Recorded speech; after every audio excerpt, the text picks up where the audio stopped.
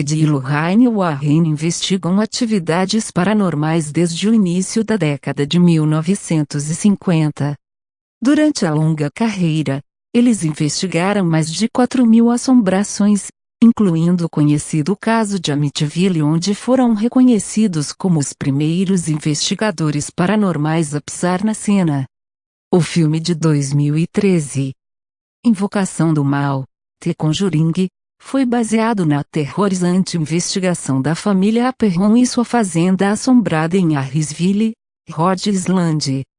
Os Warren afirmam que sua investigação do caso conhecido como Assombração em Harrisville, ou Perron Haunting Family, Assombração da família Aperron.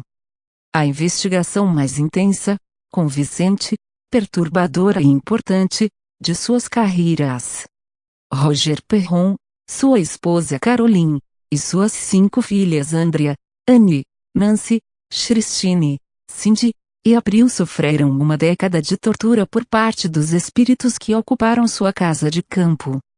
A família Perron, Caroline e Roger Perron à esquerda, e as 5 filhas Andrea, Nancy, Christine, Cindy e April à direita. O caso Harrisville. As assombrações começam buscando levar as crianças para uma vida mais tranquila no campo. Roger e Caroline Perron compraram sua casa dos sonhos no inverno de 1970. A velha fazenda Arnold tinha quase 81.000 metros quadrados e possuía uma das plantações originais na área levantada pelo colono John Smith em 1680 e transferida a Roger Williams para a formação do estado de Rhode Island. Localizada na estrada Round Top em Harrisville, Rhode Island, a adorável e charmosa casa de campo de 10 cômodos foi construída em 1736 em um belo terreno com espaço de sobra para as 5 filhas correrem e brincarem. Nancy e Christine Perron compartilhavam um quarto, Cindy e April outro, e Andrea tinha um quarto só para ela, exceto nas noites em que, como diz Andrea, as irmãs vinham rastejando até sua cama, tremendo e chorando de medo. A família Perron começou a perceber que algo estava errado desde o primeiro dia em que pisou em sua linda casa nova. Mais tarde souberam que 8 gerações de famílias viveram e morreram na velha fazenda Arnold, incluindo a senhora Jo Arnold, que com 93 anos se enforcou nas vigas do celeiro. Além dessa, mais vidas foram perdidas na fazenda, incluindo vários suicídios, enforcamentos, envenenamentos, o estupro e assassinato não solucionado de uma menina de 11 anos de idade. Prudence Arnold Coma mais tarde presumiu-se que tenha sido assassinada por um peão da fazenda. 2 afogamentos no riacho localizado perto da casa, e 4 homens que misteriosamente congelaram até a morte naquelas terras. Não demorou muito para que os Perron entendessem por que o vendedor anterior aconselhou-os no dia em que eles se mudaram para casa, dizendo: deixem as luzes acesas durante a noite. A princípio, os fantasmas, ou espíritos demoníacos como os Warren acreditavam, eram inofensivos. Descritos como opacos ou pouco sólidos na aparência, havia muitos espíritos presentes na velha casa. Um fantasma cheirava flores, enquanto o outro ia gentilmente dar um beijo de boa noite nas meninas em suas camas, todas as noites. Outro parecia ser um pequeno e jovem garoto que as meninas viam, hipnotizadas, empurrar carrinhos de brinquedo pelo quarto impulsionados por uma mão invisível. Uma aparição, possivelmente um fantasma feminino, era uma presença bem-vinda na casa. Os Perron sempre ouviam o barulho de alguém varrendo que vinha da cozinha. Quando entravam no cômodo, encontravam a vassoura que tinha sido movida para um local diferente de onde costumavam deixar, com um belo monte de terra recém-varrido no meio do chão, esperando para ser depositado na lixeira. Manny era outro espírito que as crianças Perron amavam. Acreditavam que Manny seria o espírito de Johnny Arnold, que cometeu suicídio enforcando-se no sótão da casa em 1700. Manny aparecia diante das crianças, muitas vezes em pé, assistindo silenciosamente suas atividades diárias, mas tinha um sorriso torto no rosto, divertindo-se com as brincadeiras das crianças. Se fosse feito contato visual com Manny, ele sumia tão repentinamente como tinha aparecido. Além de entidades fantasmagóricas, os Perron testemunharam muitos outros fenômenos estranhos e inexplicáveis. Camas levitavam a alguns centímetros do chão, um aparelho de telefone parava no ar e caiu bruscamente batendo na base do telefone quando alguém entrou na sala, e vários objetos plainavam pela casa por conta própria. Muitas vezes, cadeiras eram puxadas de repente debaixo de um convidado desavisado e fotografias caíam das paredes. Os Perron relataram ter visto uma vez um sangue alaranjado que vazava de uma parede e dissolvia no nada. Nem todos os fantasmas em Harrisville eram visitantes bem-vindos. Alguns puxavam as pernas e os cabelos das meninas no meio da noite. Outros batiam na porta da frente da casa com tanta força que toda a casa tremia. Algumas portas se fechavam sozinhas enquanto outras permaneciam congeladas no lugar, impossíveis de serem fechadas. Não importando quanta força fosse aplicada a elas. Uma entidade na casa mantinha rotineiramente a família acordada, pois choramingava continuamente no meio da noite, mamãe. Mamananani. Enquanto outra aparição torturava Cindy de 8 anos de idade dizendo-lhe sem parar, há 7 soldados mortos enterrados na parede.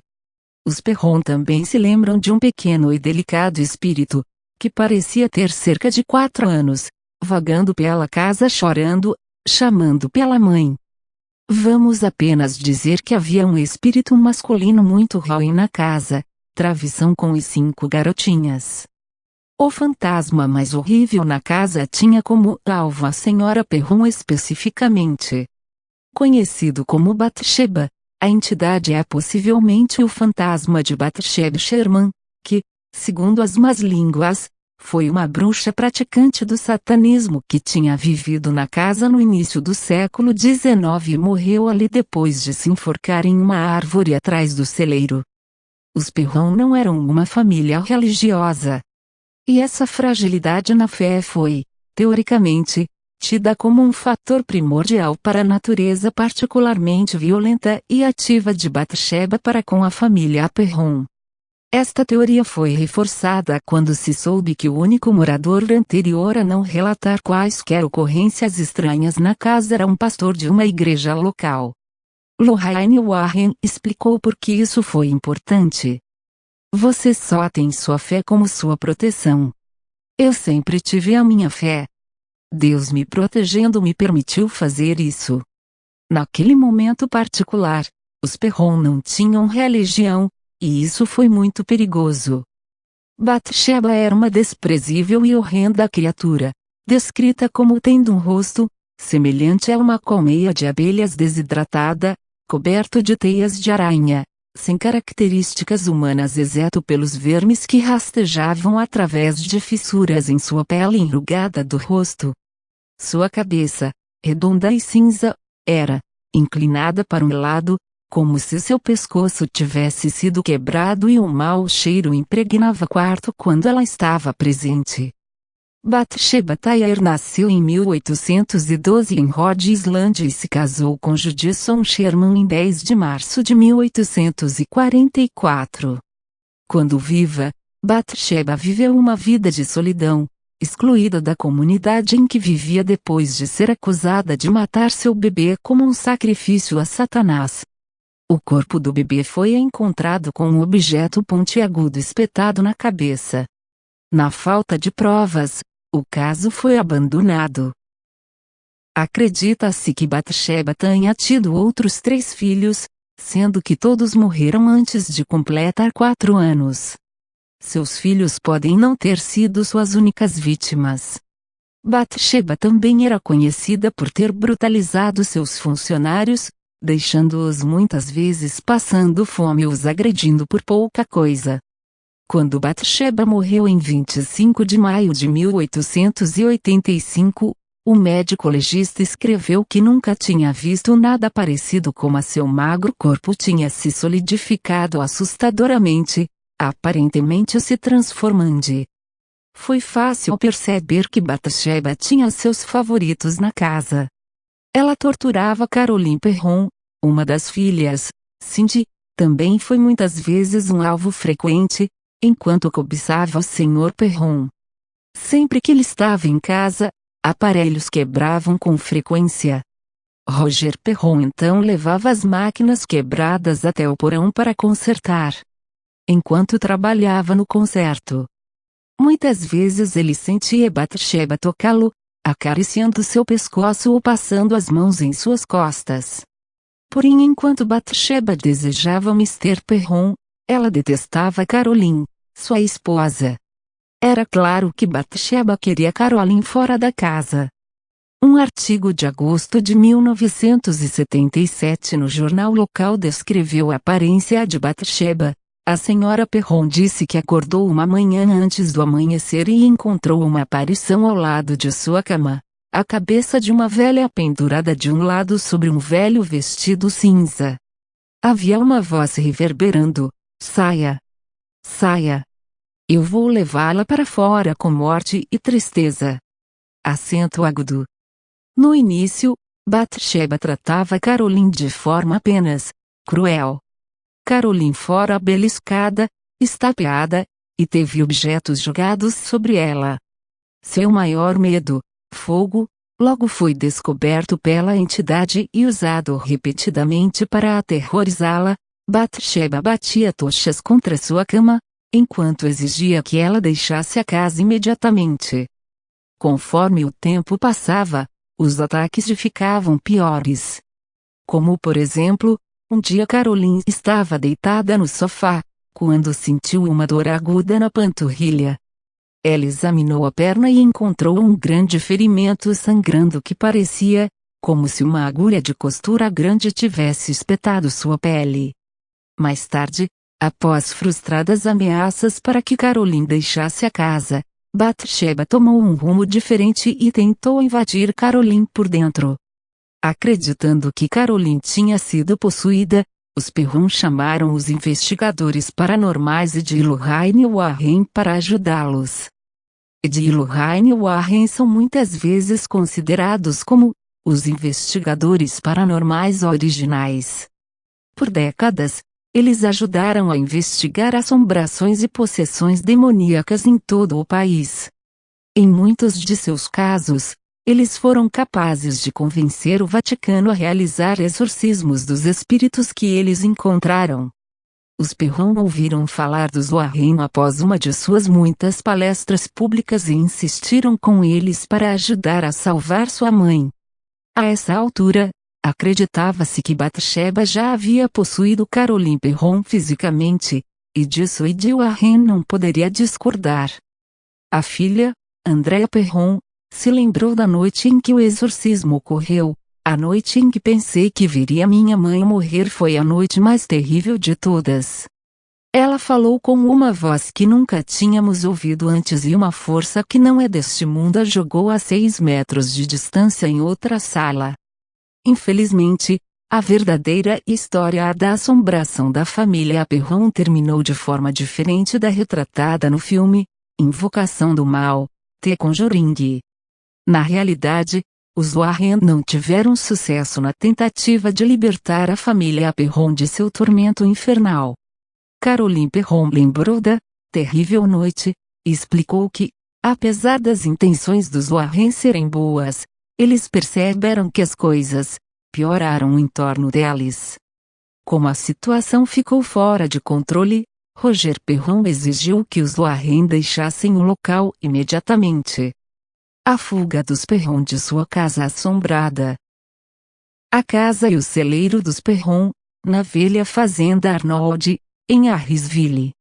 Os Perron logo se tocaram que todos os ocupantes, com exceção do pastor de uma igreja local e sua família, da velha fazenda Arnold haviam relatado fenômenos sobrenaturais na propriedade.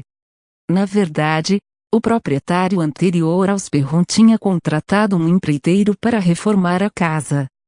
quando de repente ele parou de trabalhar e simplesmente fugiu.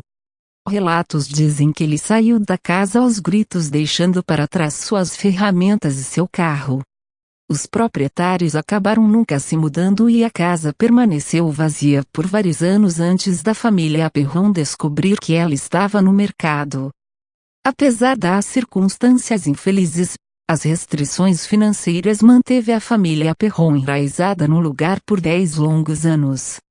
Incapazes de fugir, eles suportaram a inconveniência dos espíritos amigáveis e a tortura dos fantasmas malévolos. Finalmente, em 1980, por insistência de Caroline, os Perron estavam financeiramente capazes de desocupar a casa. Eles se mudaram para a Geórgia. Curiosidades e notas adicionais. Os Lorraine de Warren morreu em 2006, mas Lorraine Warren ainda está nativa investigando casos paranormais.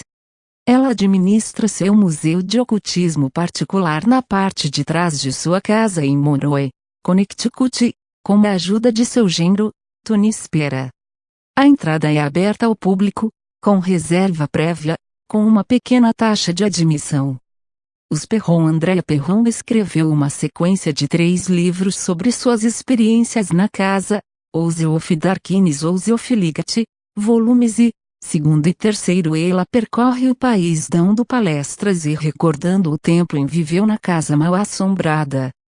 Os atuais proprietários, de acordo com Andrea Perron, a atual proprietária Norma Sutcliffe, que comprou a casa em 1983, afirmou que ela, seu marido Jerry, e vários visitantes da casa tiveram experiências paranormais na casa da fazenda, incluindo a porta batendo no hall de entrada, sons de pessoas conversando em outra sala, o som de passos correndo ao redor da casa, além de um estranho e distinto caso: a cadeira de seu marido começou a vibrar na sala de estudos. Eles também afirmam que testemunharam uma luz azul brilhante disparar através do quarto, uma névoa flutuando pelos cômodos da casa, e vibrações nas paredes tão intensas que sentiam que a casa iria desmoronar. Vários visitantes de sua casa relataram a visão de uma mulher idosa, com coque no cabelo, movendo-se em silêncio por toda a casa.